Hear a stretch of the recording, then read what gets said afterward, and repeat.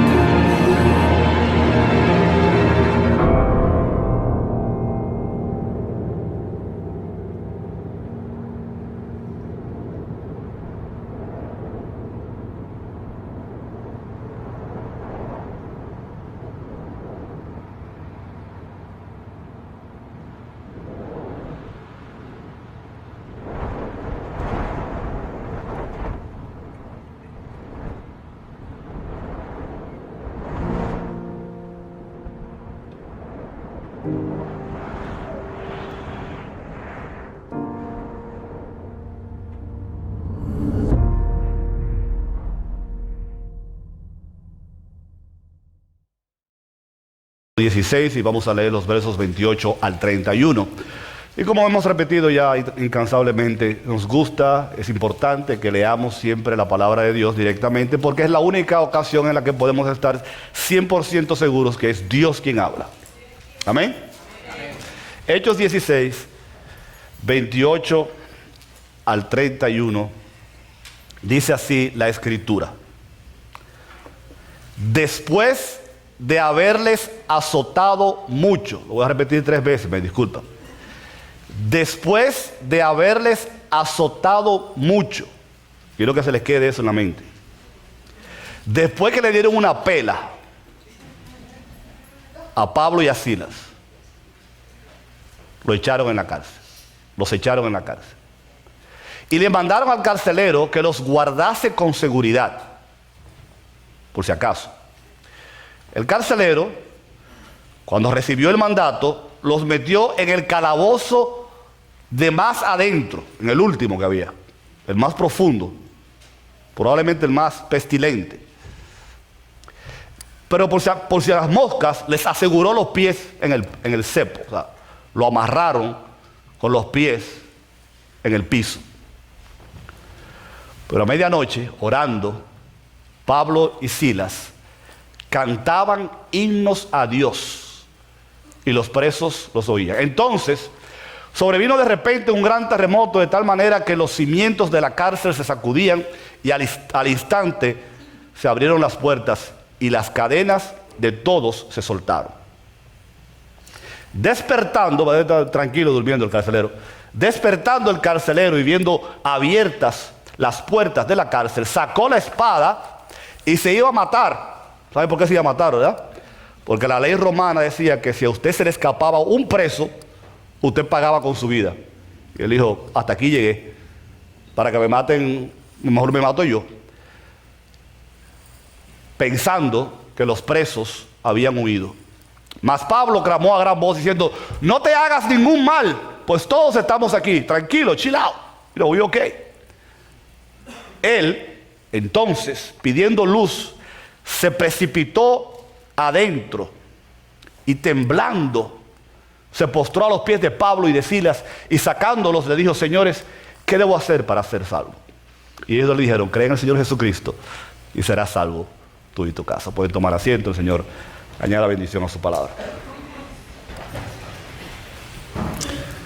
Estamos en el viaje de 2020. Estamos en la serie de Common Ground, donde caminando juntos estamos aprendiendo, conociendo acerca de la vida del apóstol Pablo.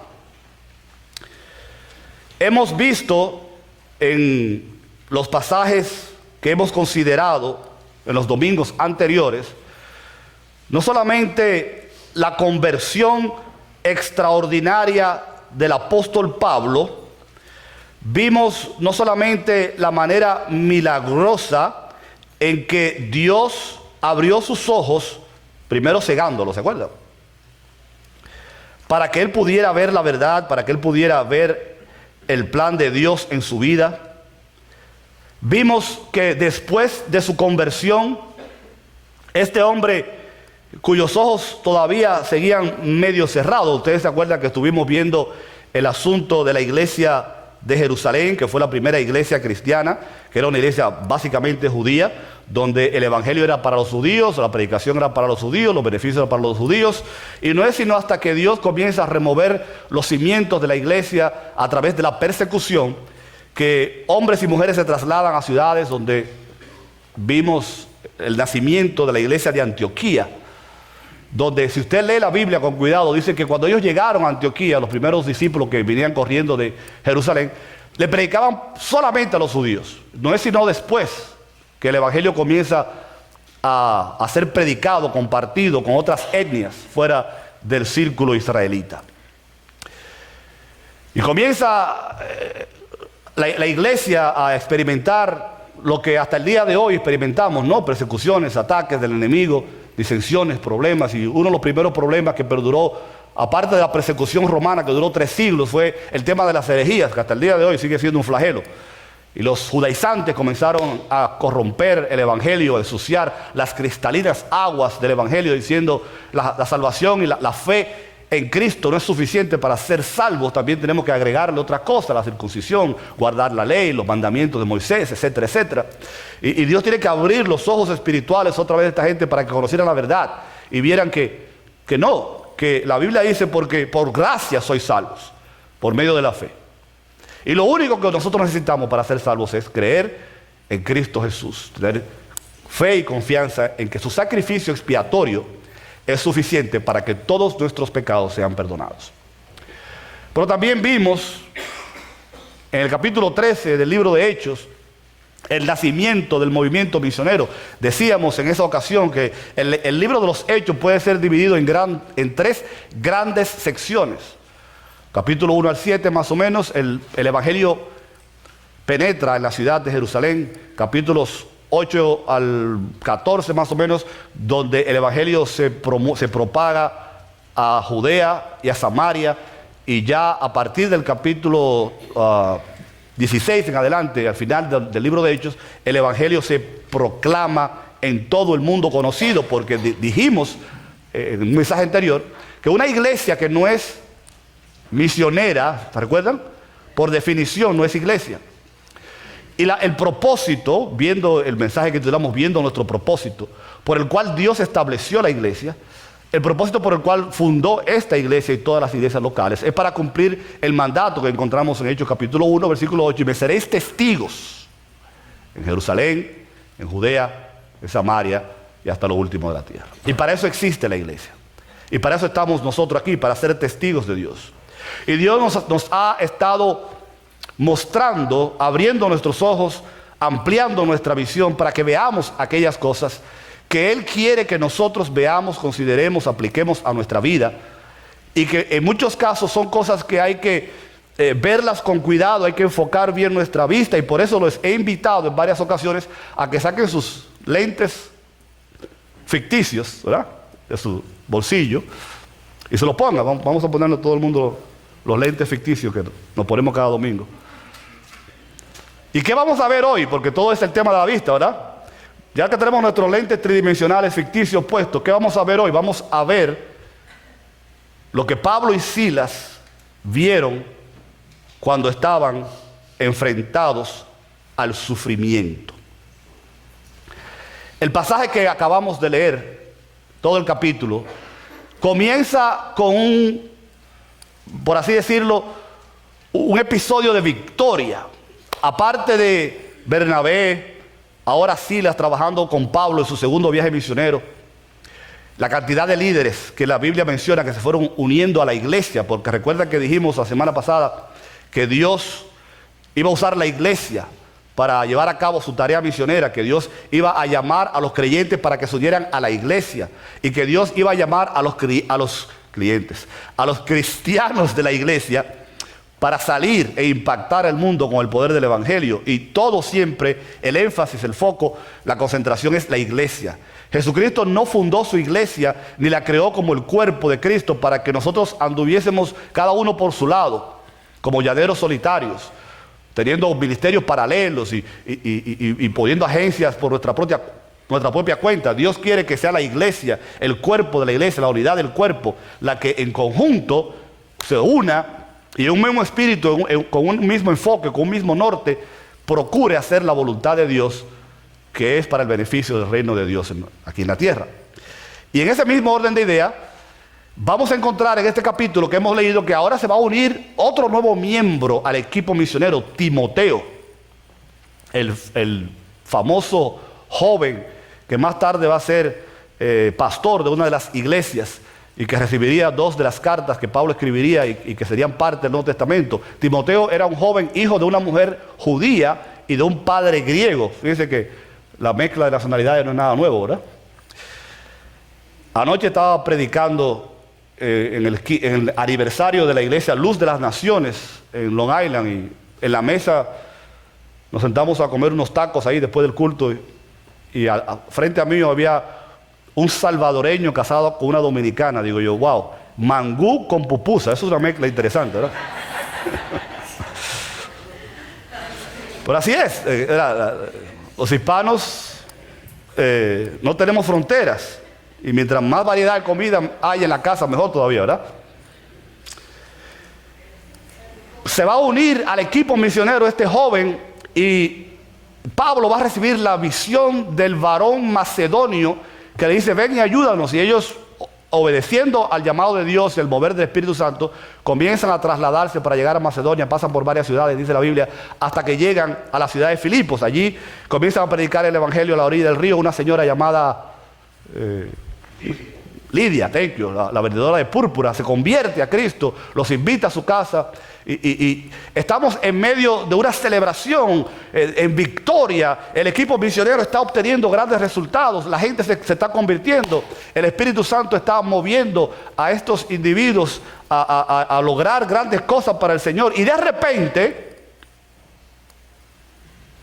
porque van a experimentar una última victoria, cuando una joven endemoniada, poseída por un espíritu, sale detrás de ellos diciendo: estos son los hombres. Y por varios días haciendo un bulto allí, un show, hasta que Pablo coge toda la cuerda y reprende al enemigo, sale de ella, y la mujer queda curada del espíritu inmundo.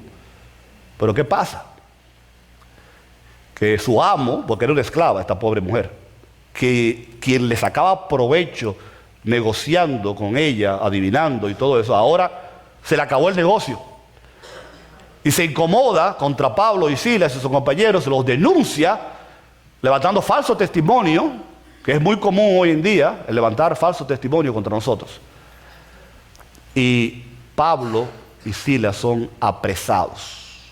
Como estaba diciendo, de repente, después de una gran victoria, o después de grandes victorias, después de días soleados, y cuando todo parecía ser perfecto, ¡boom!, una tormenta.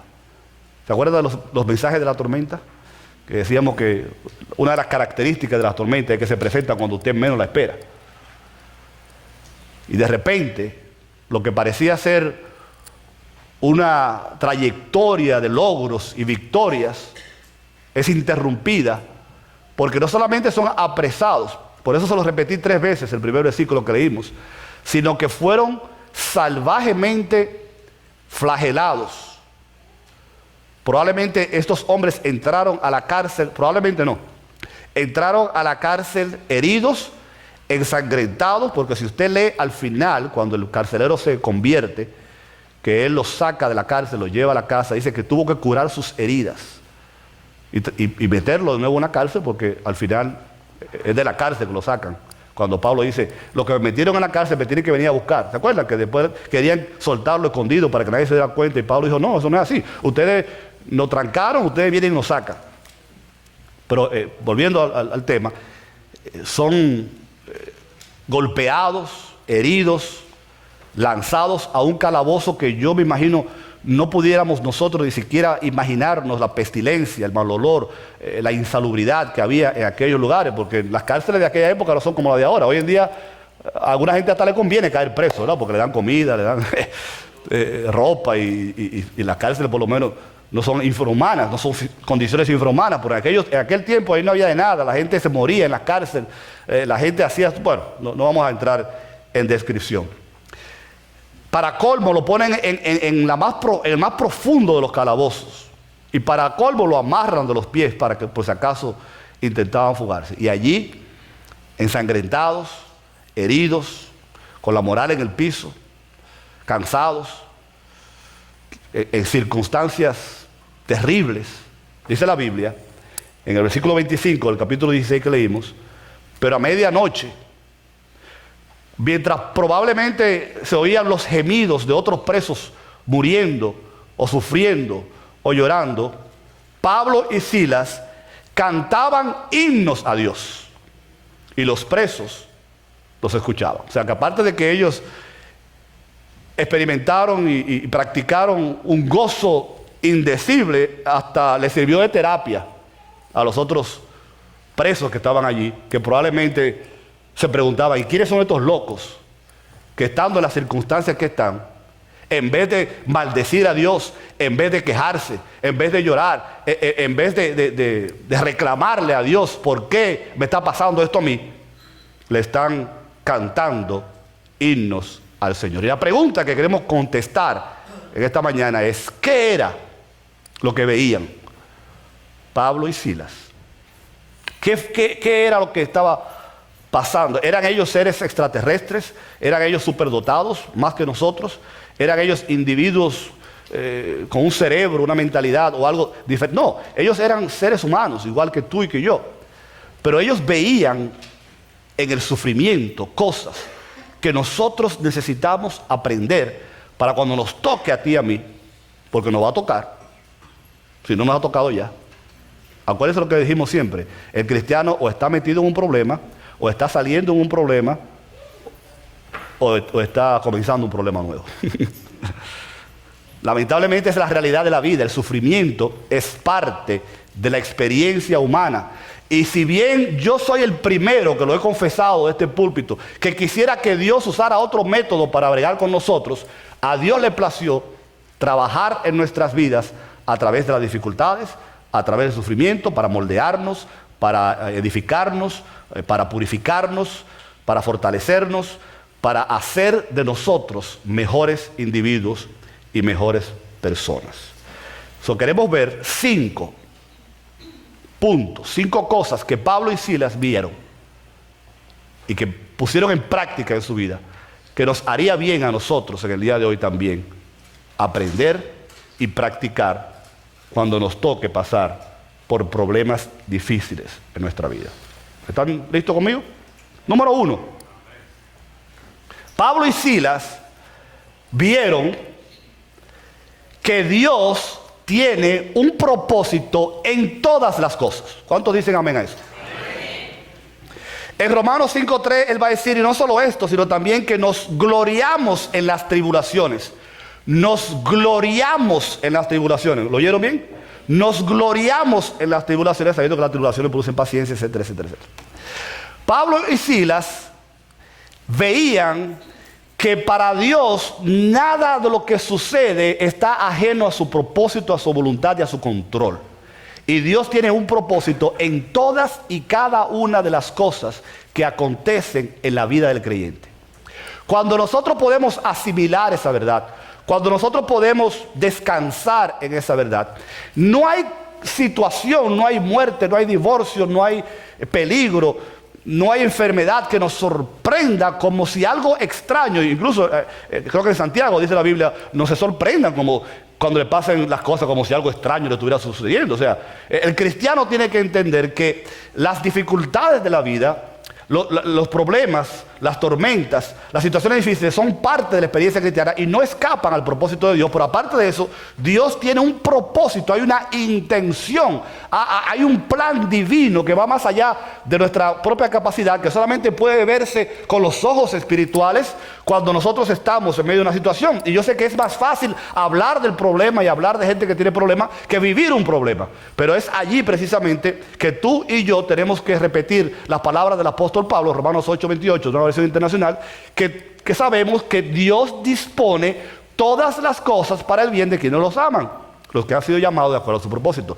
La Reina Valera dice porque todas las cosas ayudan a bien a aquellos que aman al Señor. Todas las cosas.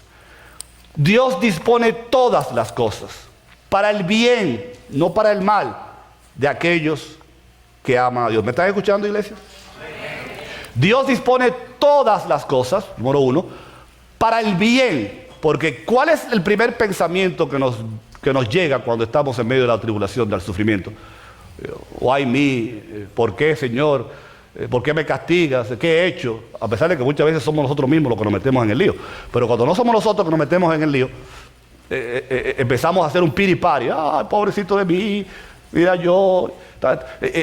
¿Acaso no tenían razón estos hombres para reclamarle a Dios y decirle, después de todo lo que hemos hecho, que hemos sacrificado nuestra vida por ti, que nos hemos lanzado, hemos dejado a la familia y todo el mundo para estar en el ministerio, mira lo que hemos logrado y ahora tú permites que nos pase esto?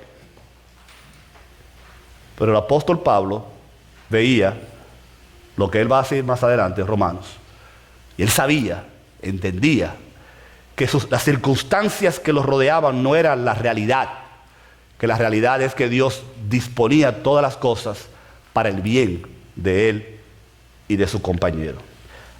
Eso hace una gran diferencia cuando nosotros comprendemos, entendemos que las pruebas, las tribulaciones, y en este caso en la vida de Pablo, tienen un propósito divino.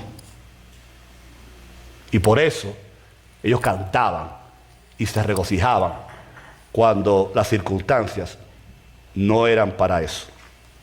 En segundo lugar, ellos vieron en el sufrimiento una oportunidad para que el poder de Cristo se manifestara en sus vidas. Ellos vieron en el sufrimiento una oportunidad para que los sufrimientos, el poder de Cristo se manifestara en su vida. Porque Pablo va a decir más tarde, con Cristo yo estoy juntamente crucificado y ya no vivo yo.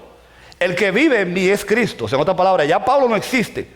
Ya la personalidad, la vida de Pablo, esto es lo que es un caparazón, porque es Cristo el que vive. Por lo tanto, lo que importa es la vida, el propósito, la intención, el misterio. Ya Pablo no importa, lo que importa es Cristo, porque es Cristo el que vive en mí. Y la cosa que ahora vivo en la fe, en la carne, vivo en la fe del Hijo de Dios que me amó.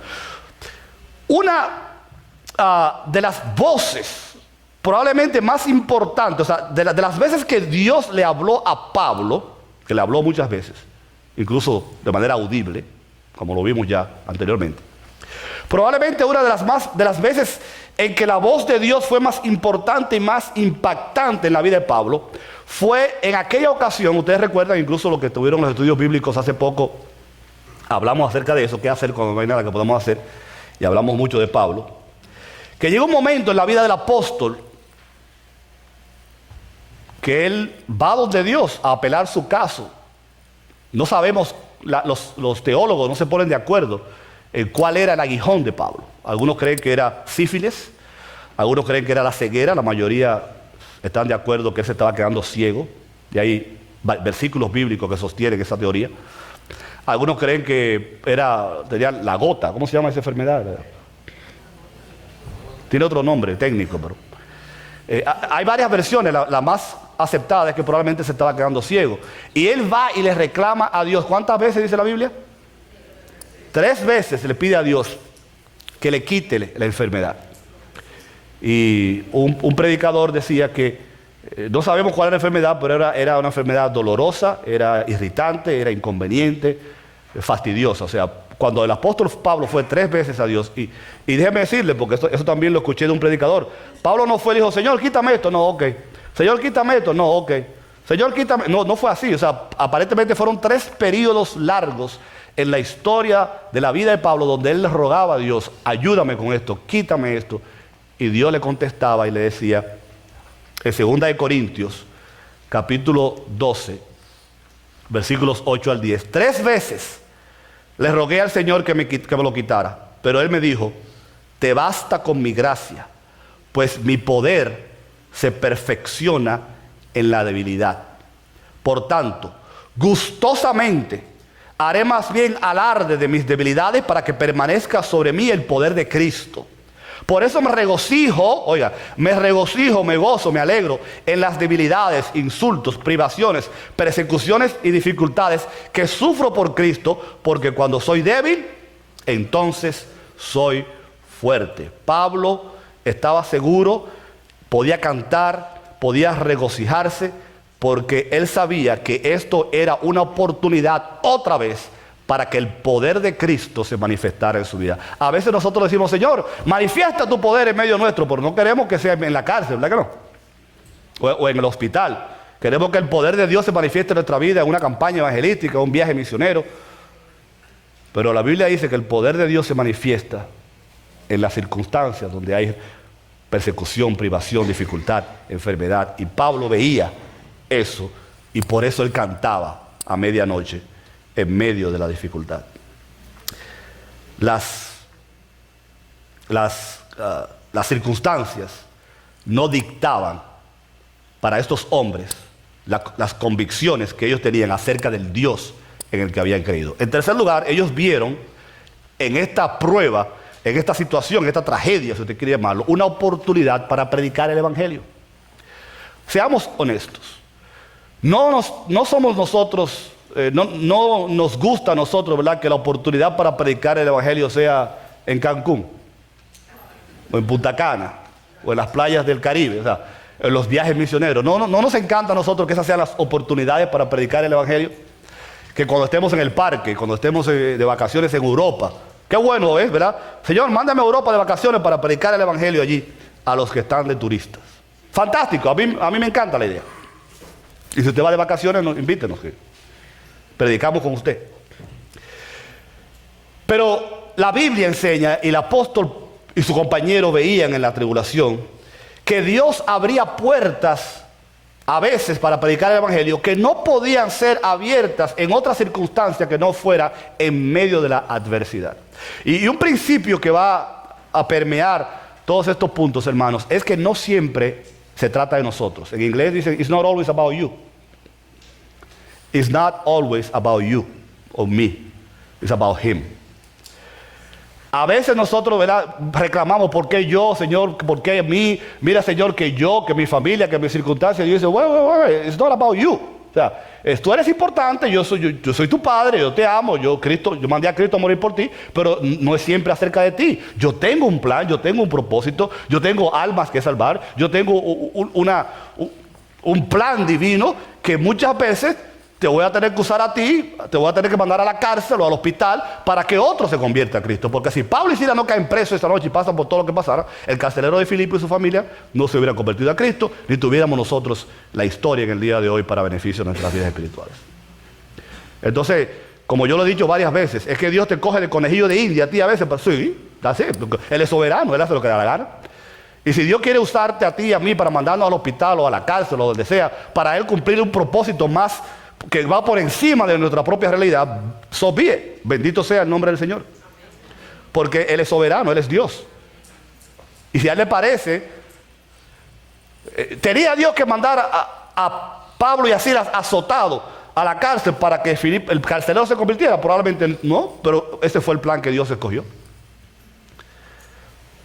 Por eso lo va a decir en Filipenses 1, 12 al 14. Hermano, yo quiero que ustedes sepan que en realidad lo que me ha pasado ha contribuido al avance del Evangelio. Es más, se ha hecho evidente en toda la guardia del palacio, a todos los demás, que estoy encadenado por causa de Cristo. O sea, todavía Dios va a mandar a Pablo preso a Roma y lo van a decapitar en Roma para que en Roma nazca una iglesia. Gracias a mis cadenas, ahora más que nunca la mayoría de los hermanos confiados en el Señor se han atrevido a anunciar sin temor la palabra de Dios. Ellos veían que en medio de la dificultad del problema de la tribulación era una oportunidad para predicar el Evangelio. No se sorprenda si Dios quiere salvar a un doctor, a una enfermera, que usted termine en el hospital para que usted le predique a esa persona. O que usted tenga que ir a un funeral y llorar con alguien, o tal vez por un familiar suyo, para que en el funeral alguien conozca y escuche la palabra de Dios. Una oportunidad para predicar el Evangelio, porque a Dios así trabaja.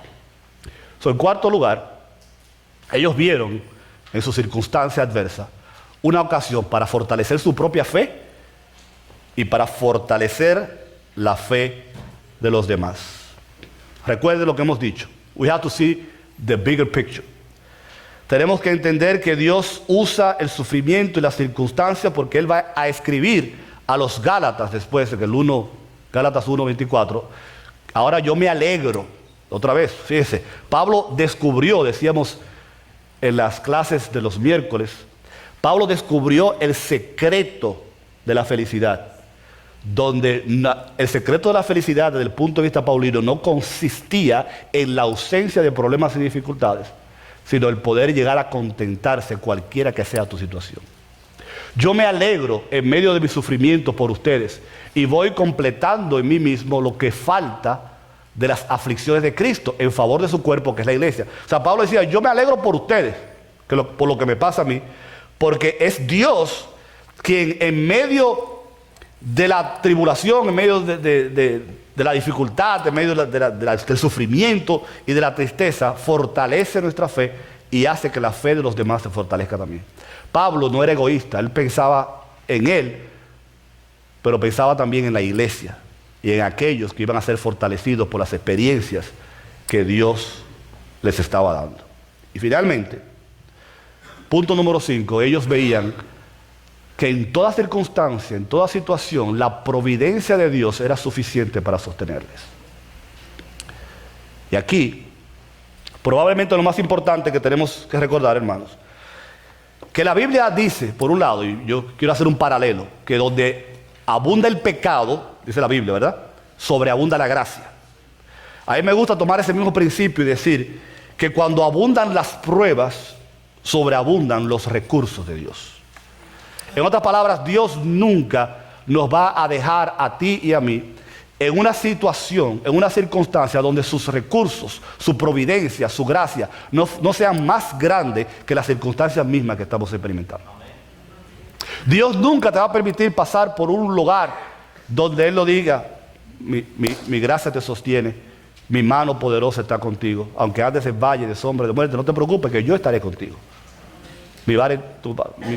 Te fundarán aliento. Las promesas de Dios han sido siempre esas, que sí, vamos a pasar por el valle de sombra de muerte. Sí, en el mundo tendréis aflicción, ¿se acuerdan el video? Pero confíen que yo soy más grande que el mundo. Mi poder, mi voluntad, mis recursos a la disposición de ustedes son más grandes que cualquier tribulación, cualquier prueba, cualquier ataque del diablo, cualquier situación difícil por la cual ustedes pueden. Y Dios lo demuestra porque metidos en el más profundo calabozo, amarrados por los pies, flagelados y en unas circunstancias humanamente imposibles de escapar, milagrosamente el poderoso Espíritu de Dios estremeció los cimientos de la cárcel, abrió las puertas, le quitó la cadena de los pies y si ellos hubiesen querido hubieran salido caminando campantes de la cárcel.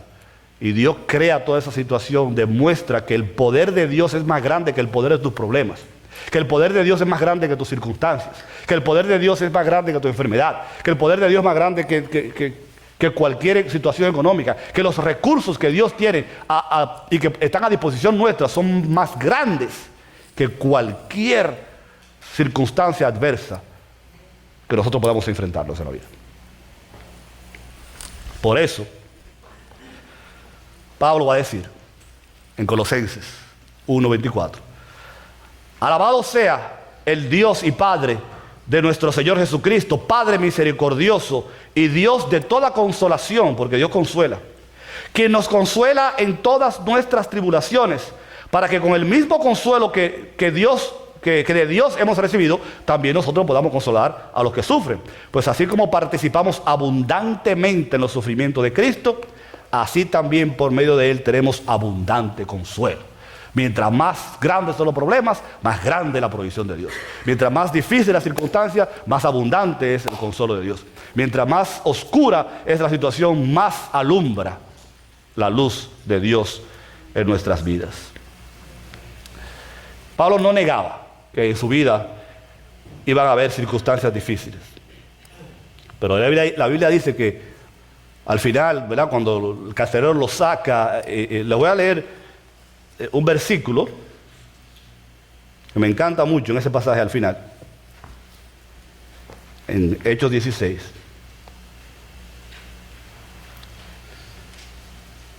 Versículo 40. El último versículo. Dice que entonces, saliendo de la cárcel, entraron en casa de Lidia. ¿Se acuerdan de Lidia, la mujer que se convirtió?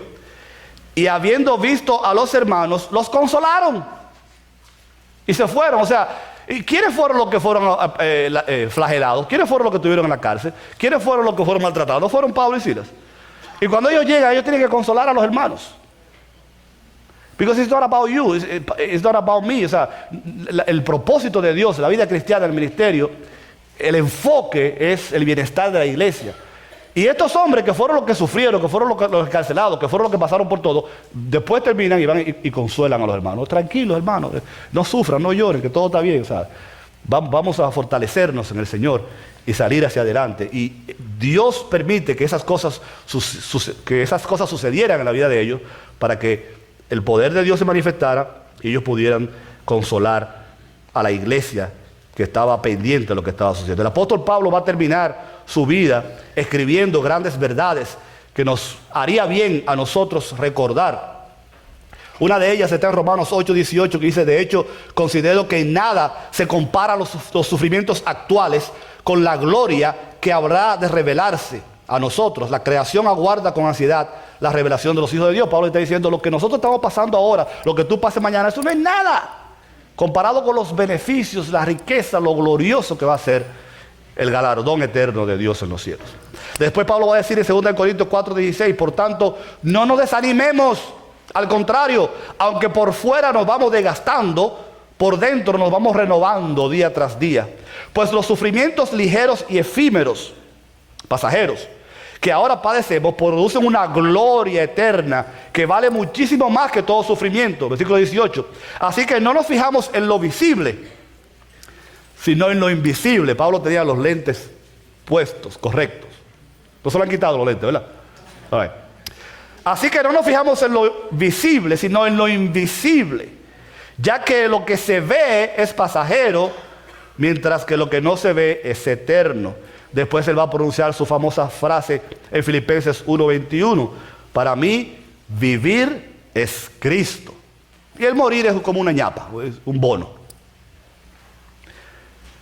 En 2 Timoteo 2:1-13 él va a decir que si sufrimos con él, también reinaremos con él. Y finalmente en 2 Timoteo 4:6-8 él va a decir: yo por mi parte ya estoy a punto de ser ofrecido como un sacrificio y el tiempo de mi partida ha llegado. He peleado la buena batalla, he terminado la carrera, he mantenido la fe. Por lo demás me espera la corona de la justicia que el Señor, el juez justo, me otorgará en aquel día, y no solo a mí, sino también a todos los que con amor hayan esperado su venida. ¿Has tú peleado la buena batalla? ¿Estás tú preparado para recibir la corona de justicia que el Señor te dará en aquel día?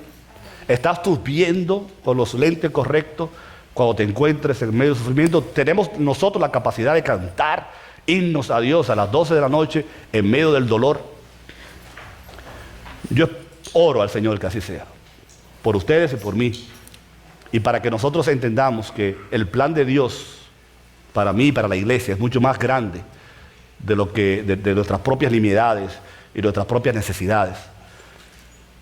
Dios tiene un propósito mucho más glorioso y eterno con esta iglesia, y haríamos bien en ver lo que Dios quiere hacer con cada uno de nosotros. Amén. Nos ponemos de pie.